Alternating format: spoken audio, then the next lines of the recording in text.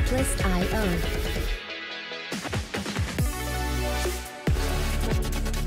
Hello everyone, and welcome to the latest episode of You Deserve Fresh Lettuce. I am your co-host Rachel. And I'm Dahlia. And in this episode we're going to be talking about love bombing. If you don't follow us on social media yet, please do at YDFL Podcast. And don't forget you can find us on your favorite podcast platform or Alexa.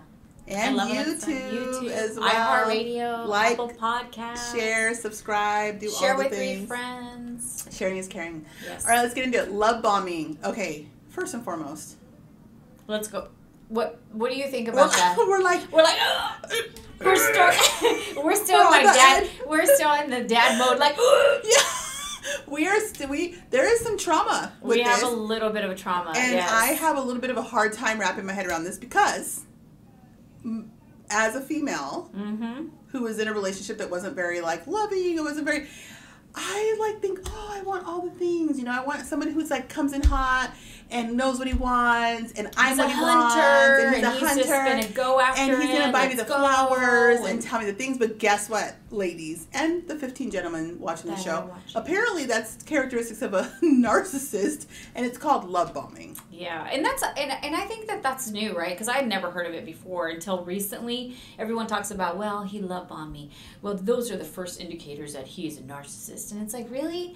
I don't know. I mean, I think here's the thing though with that. It depends on how they come in, right? If someone wants to be with you and just is not going to take no for an answer, and all of a sudden now you're getting like the flowers delivered and the this delivered and then that delivered. It's, as a woman, it's, first of all, nowadays it's very rare. So if someone comes at you that hot, you're going to be like, wait a minute, let me stop what I'm doing, and I'm going to give this my entire attention. Yeah. And a lot of the time we as women, we don't even think that that's a red flag. We're like, well, this is just the way he operates. He's so sweet, yeah. He's such a sweetheart. Or when they're like, where would you want to go? And you're like, well, you know, I wanted to go to, like, I don't know, let's just say something like Spain or whatever. And they're like, can you get away? Okay, so the travel thing was a big thing because when I was doing a little bit of research for this topic, it was like the ones that really want to take you on a trip really fast. What's that swindler? You had Tinder swindler? Yes, and that's what he did. He essentially love bombed, right? Yep. I mean, he was a whole fraud, but he really wanted to lead with his money. Mm-hmm. With other women's money. Correction. Yeah, other women's money. But and essentially get them super like wowed into the wow factor, and within 30 days or 30 hours on flights and this and that. Private jets. And flowers and champagne and strawberries and all the whatever the things. So to me, I really struggle with this because, like I said, I guess the love bombing it's just a tactic to blind you from seeing the true things of what it is. But I also heard a lot of guys, right? Because obviously this was kind of a hot topic because it was like Tinder swindler and this, that, or the other, and everyone's like, but don't you think the women are gold diggers because they were all about it, right? I mean, and if you think about it, I mean, at the end of the day, who doesn't want to just like jet set on a private jet to like wherever, and then all of a sudden this guy's like, don't worry about it, I'm going to take you to the Gucci store, baby, whatever you want.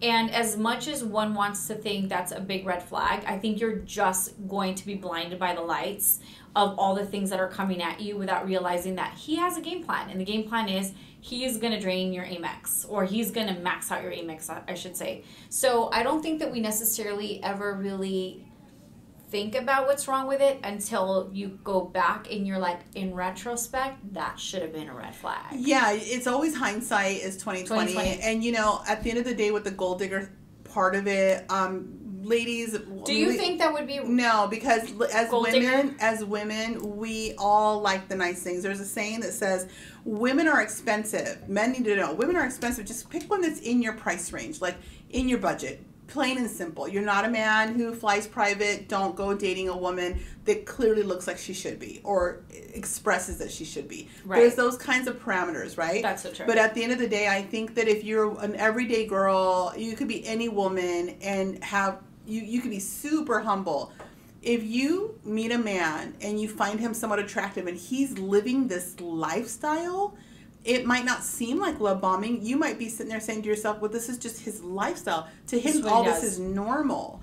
he's not like spending all his checks for the month to impress me. Right. This is just how he lives. That's just how he rolls. Like, that's what he does. And then to be swooped in to be part of that, is very blinding. And I will tell you, I'm a romantic. I'm a hopeless romantic in so many ways once I'm in with someone. And to have somebody be like, oh, I did this. Okay, so I have a question for you. Like, okay, quick question. So you go on a date with someone, you're on a date with him for like, I don't know, you're dating him for a month. Okay, a month. And then he says to you, Rachel, what is your dream car? And you say, a Wraith. A Wraith.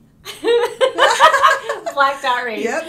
And black on black on black. Black on black on black. Black on black. And he says, black badge, okay, that's nice.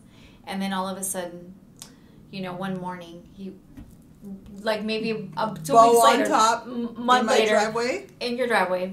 Do you consider that a red flag, or you just like... It's not. That's the scary thing about it. That's what I'm saying. Like, so you would never really think like, oh, is he love bombing me? You're like, oh my God, Prince Charming exists? I mean, right? and from other episodes, if I'm genuinely not into the guy, it would be like, oh, you shouldn't have. Oh my God, that's so. You shouldn't have, but where's the key? Yeah, but we got the keys. Is it voice activated? What are we doing? Where's the key? You know what I mean? But I will say, if I'm a month in, is because there's something I find intriguing about the guy. And it's like we're moving forward. So I would just see like, that would be, and see that's a hard part about it, because there's women that actually will say, okay, well, this is what I need you to pay for my nails, my hair, my this, my that, because there are women that are just very forward and they don't care. They treat men like ATMs for sure. And that's the unfortunate part. So, but if a person's finding you're intriguing, they're finding you interesting, they want to spend time with you, they want to know what you love, what you like, and all of a sudden they're like, this is what Rachel wants. She wants a black on black on black Wraith. Because it'd be different if he's your husband, and then for an anniversary, or maybe it's your birthday, and then he's like, baby, I surprised you, and you have the means to do it. Yes. That's completely different. But when you're first dating someone, I could see how someone can get caught up in that Tinder swindler where she felt that, oh my gosh, this can't be true. You downloaded this application, found this man, and he is jet setting me to like the other side of the world, and then all of a sudden reality hits, and you're like, oh, I should have seen that. But see, initially, I don't know. Can I tell you, when I watched that series, and obviously this episode isn't necessarily about that, but I was literally evaluating, like gut checking my own things, and I was just like, the moment he called and said, hey, I got stuck over here. Money? Do you have an American Express that you consider? I would have been like looking at my American Express and going, yeah, I just can't do that. I put all my business expenses on it, and like I just can't do that. Like I would have just found a way. That would have been like the ultimate turn off. No joke. Nothing in me would have been like, but he flies private, but it's just a rough spot. I would have been like, of all the people that this dude should have in his network, why would he call the girl? Why would he call his me? girl? Yes, that would have been like a red flag for me, for sure. Yeah, but I think these women, when you actually, when you break it down, it was like a month of that, and so they went here and they went there and shopping and this and Switzerland and you name it, and all of a sudden they're like, I can't believe this, and then all of a sudden it's like, give me your Amex. Drain the account. So love bombing, for someone who's romantic, I consider myself a hopeless romantic in a lot of senses, but I will tell you that it makes me really uncomfortable that this is becoming like a diagnosis for something negative. I almost imagine like some male psychologist who doesn't like to do things for women said, men that do that, they're narcissists. You know what I mean? But I will tell you, if you're a man watching this and you're doing it as bait, it's just bait. It's not really who you are.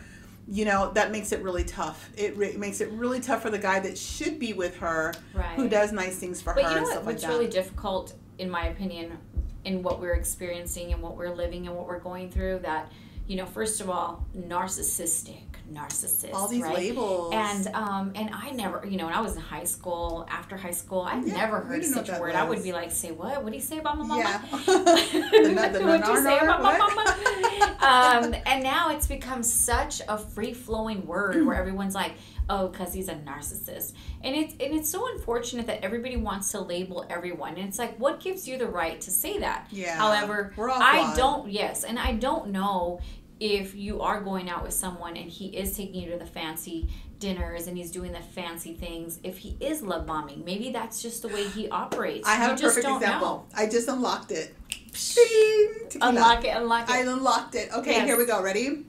I had someone say to me 2 weeks in, I love you. Oh, that's awesome. And then I go, thank you. Oh, no, not the thank you. Yeah, I did. Everyone's like, yeah, I did. Thank you. I said, I go, thank you. It means. And he goes, you don't let me back. No, I love you. And I go, thank you. I refuse. I am not fake. I refuse to be like, I rebuke it. Me too. I 2 weeks. There's no way. There's no way. Right. And he said that. And then as time went on, by the way, again, we're not dropping names or anything. As time went on, and I did see the potential, and I did feel all these things, and I was like, this guy could be good. It just kept on. It was like these little challenges that seemed too premature. And so, by the way, down the road, I realized, okay, he just wanted to make sure that he did all the things so I would fall in love. But he wasn't trying to fall in love. He just wanted to make sure I was locked and loaded, that I was engaged, that I was present, that I would show up at his beck and call or whatever, and that I felt all the feelings. But he wasn't trying to get it caught up. He just wanted one more person to be that. Part of like the whole circle 2 weeks in, said, I love you. I don't know that anyone's ever told me they love me 2 weeks in. 2 weeks in. No, it's happened within 12 hours. Like, I love you. I was like, I know.